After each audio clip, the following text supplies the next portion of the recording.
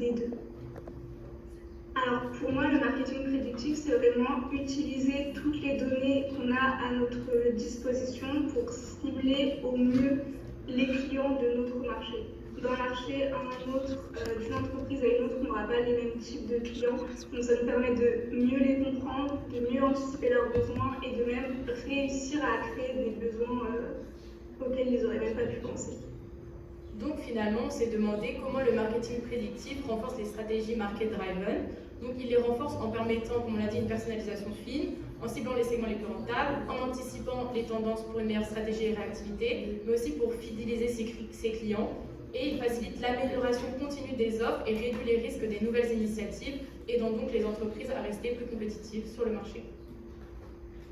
Maintenant, on va voir les différentes stratégies market-driven. Donc, on l'a appliqué avec le modèle du Club Med. Donc, on a tout d'abord un partage de données sur les différents canaux. Donc, en intégrant les données clients collectées à partir de divers canaux comme les réseaux sociaux, les réservations en ligne, mais aussi les interactions physiques donc en village, ils combinent toutes leurs données pour créer une expérience utilisateur unifiée pour répondre très rapidement aux besoins des clients.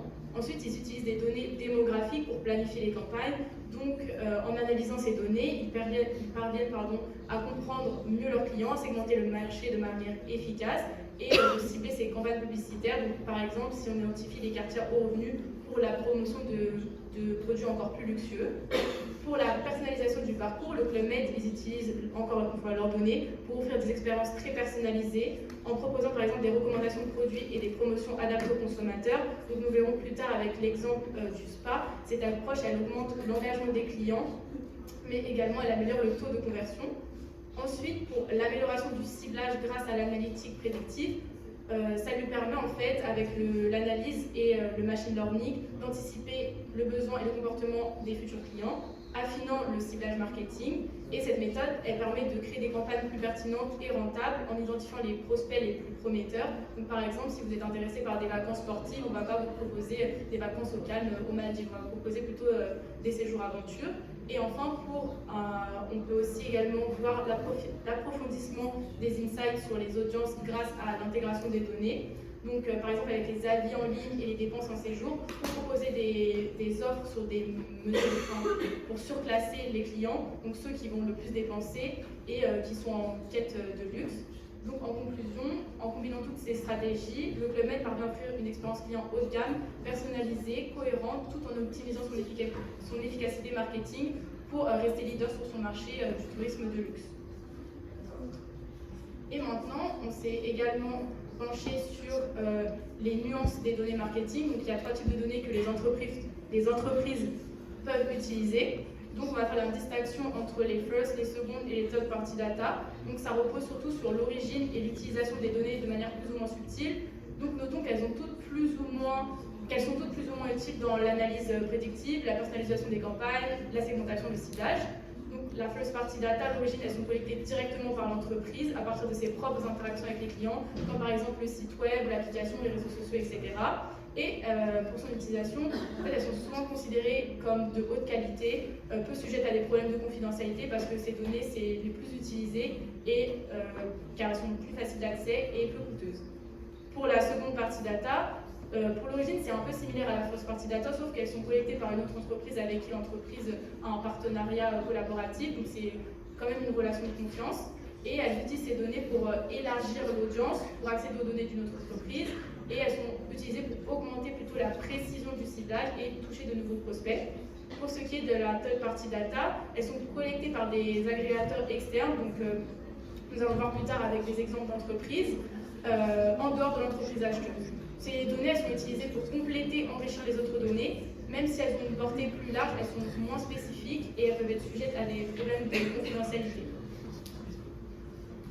Alors maintenant, nous allons illustrer à travers des exemples les différentes données. Tout d'abord, on va illustrer la notion de first party data à l'aide toujours du Club Med qui utilise cette stratégie afin d'optimiser la stratégie marketing et de service. J'ai travaillé sur un projet de prédiction. Donc comme je l'ai dit, le Club Med c'est pas inclusif, mais il y a quand même des services payants. Typiquement le spa, c'est pas quelque chose qui est inclus dans ton séjour, c'est quelque chose quand tu arrives, tu payes en plus. Et du coup j'ai créé un projet d'intelligence artificielle, du coup, qui va permettre de prédire l'appétence d'un client au spa. Donc en gros, on aura tous nos clients, et on aura un score entre 0 et 1, avec 1, le client est très appétant à du spa, et 0, le client n'est pas appétant à du spa. Et du coup, ça va nous permettre de, 1, générer davantage de revenus, parce que on va pouvoir aller chercher le client, même s'il n'a pas encore acheté, on va pouvoir aller le chercher pour qu'il réachète. Donc ça permet de créer du revenu. Ouais. Et ça peut aussi participer à l'expérience client. Typiquement, en village, s'il y a des clients qui sont fort appétents au spa, on va pouvoir organiser des petits cocktails en leur disant voilà, si vous voulez prendre un rendez-vous au spa, et ils vont se sentir un peu privilégiés par la chose, donc ça permet d'améliorer l'expérience client. Il y a un autre sujet sur lequel j'ai travaillé. Donc du coup, le premier point de cette utilisation, ça va être tout d'abord la compréhension approfondie de l'audience.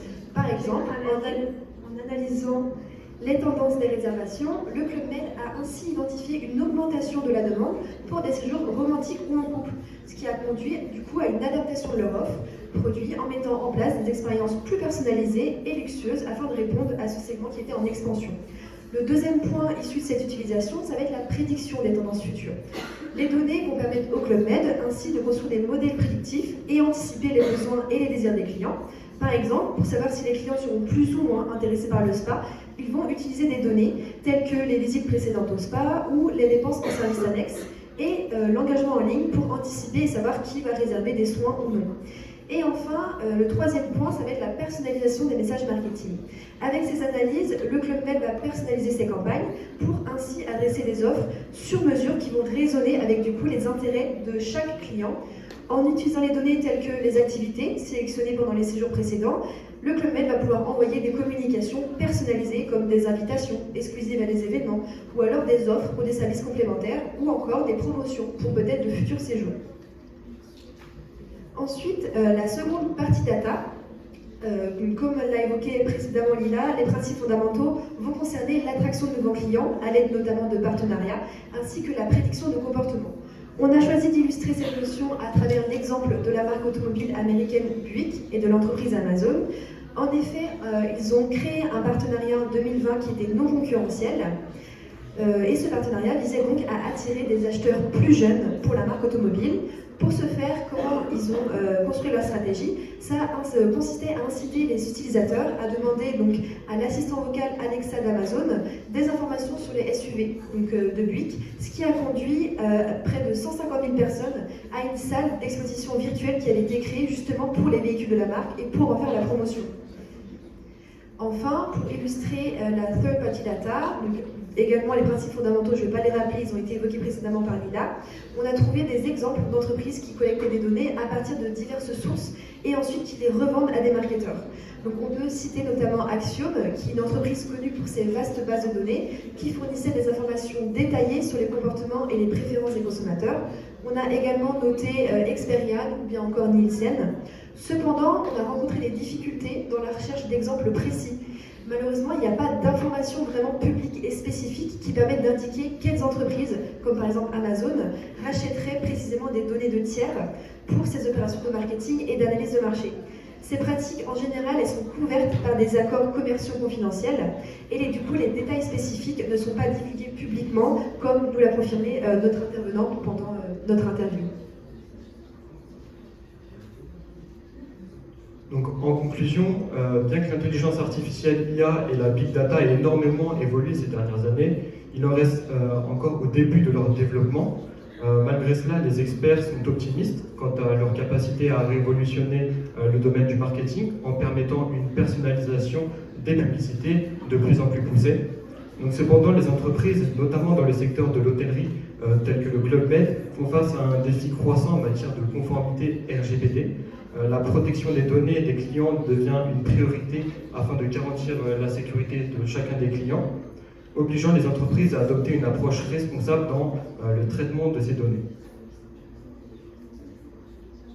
Attention aussi, c'est que ce n'est pas parce qu'on a l'information sur les clients qu'on a le droit d'utiliser.